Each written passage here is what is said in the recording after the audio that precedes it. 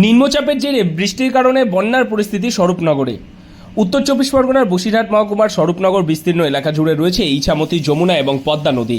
লাগাতার বৃষ্টির কারণে নদীর জল বৃদ্ধির কারণে বন্যা পরিস্থিতি তৈরি হয়েছে স্বরূপনগরে।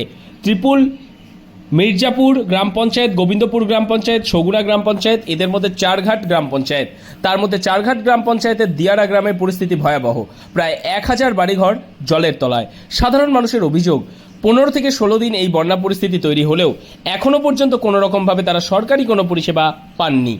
এই খারাপ অবস্থায় আছে, জলের মধ্যেই আছি, ঘর পড়ে যাচ্ছে, সব টেলা দিয়ে রেখেছি, তো দেখতে পাচ্ছেন তো। এসে ছেলের স্কুল প্রাইভেট এই কোলে করে করে নিয়ে যাওয়া আসা, সাপ বেড়াচ্ছে, এত পরিমাণে ভয় লাগছে। আর এই আপনি তো এসছেন, বুঝতে পারছেন তো কি অবস্থা। আর আমাদের রান্না খাওয়ারও খুব কষ্ট হচ্ছে, একে তো ইনকামই নেই। এখন ত্রিপলের আমার খুব প্রয়োজন, দেখেন সব পানি পড়ছে, খুব প্রয়োজন। একটা ত্রিপল হলেও এখন একটু আমরা অনেকটা আশ্রয় পেতাম ভালো করে। অর্থাৎ সরকারিভাবে কোনো আশ্রয়ের ব্যবস্থা করা হয়নি, কোনো ত্রিপলের ব্যবস্থা করা হয়নি, কোনো ত্রাণের ব্যবস্থা করা হয়নি। এক কথায় বলা যেতেই পারে তারা বন্যা পরিস্থিতির মধ্যেও সরকারি কোনো রকম সাহায্য পাননি। ক্ষোভে ফেটে পড়েছেন ওই দেয়ারা গ্রামের মানুষজনেরা। গ্রাম পঞ্চায়েতের প্রধান তিনি বলেন, জলমগ্ন হওয়ার পরে আমি এলাকা পরিদর্শন করে এসে আমি বিডিওকে জানিয়েছি যে দ্রুত ত্রাণের ব্যবস্থা করতে। উনি অল্প কিছু ত্রাণের ব্যবস্থা করেছিলেন, সেটা আমি বিতরণ করে দিয়েছি। আর পর্যাপ্ত পানীয় জল ও মেডিকেল ক্যাম্প আর ত্রাণের ব্যবস্থা করার জন্য উনি আমাকে আশ্বাস দিয়েছেন। স্বরূপনগর বিডিও বৃষ্টপদ রায় বলেন, আমরা সব ধরনের সব জায়গায় ত্রাণ পৌঁছাতে পারিনি এবং ত্রিপল দিতে পারিনি। কিছু কিছু করে দিয়ে চেষ্টা করেছি যত দ্রুত সম্ভব এই সমস্যার সমাধান করার জন্যে।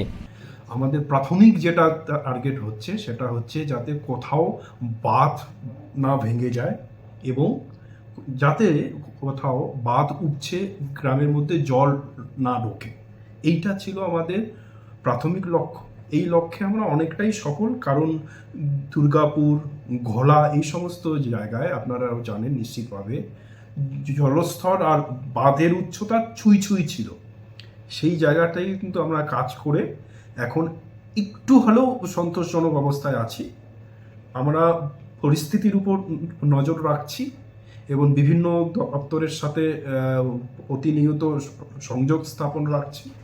আমাদের ব্লকে একটা কন্ট্রোল রুম আছে, কন্ট্রোল রুম থেকে সাথে প্রত্যেকটা পঞ্চায়েতের সাথে প্রতিনিয়ত আমরা কন্ট্যাক্ট রাখছি যাতে কোথাও কোনো আনটুয়ার্ড সিচুয়েশন তৈরি না হয়। প্রশ্ন হচ্ছে, 15 থেকে 16 দিন গ্রামের মানুষ জলের তলায় বসবাস করছেন, তাদের পাশে সরকারিভাবে কোনো প্রশাসনের দেখা নেই। তারা অসহায়ের মধ্যে দিন কাটাচ্ছেন জলের তলায়। একাধিক মাটির বাড়ি হওয়াতে সংবাদ মাধ্যম প্রশ্ন করলে তার উত্তরে বলেন, আমরা কোনো ঘর এখনো পর্যন্ত পাইনি। অর্থাৎ সরকারের সব রকম সুযোগ সুবিধা থেকে তারা দীর্ঘদিন ধরে রয়েছেন বঞ্চিত। তাই তারা আবেদন জানিয়েছেন সরকারের দৃষ্টি আকর্ষণ করার জন্যে। উত্তর চব্বিশ পরগনার বসিরহাট থেকে জুলফিকার মোল্লার রিপোর্ট, লোকাল 18 বাংলা।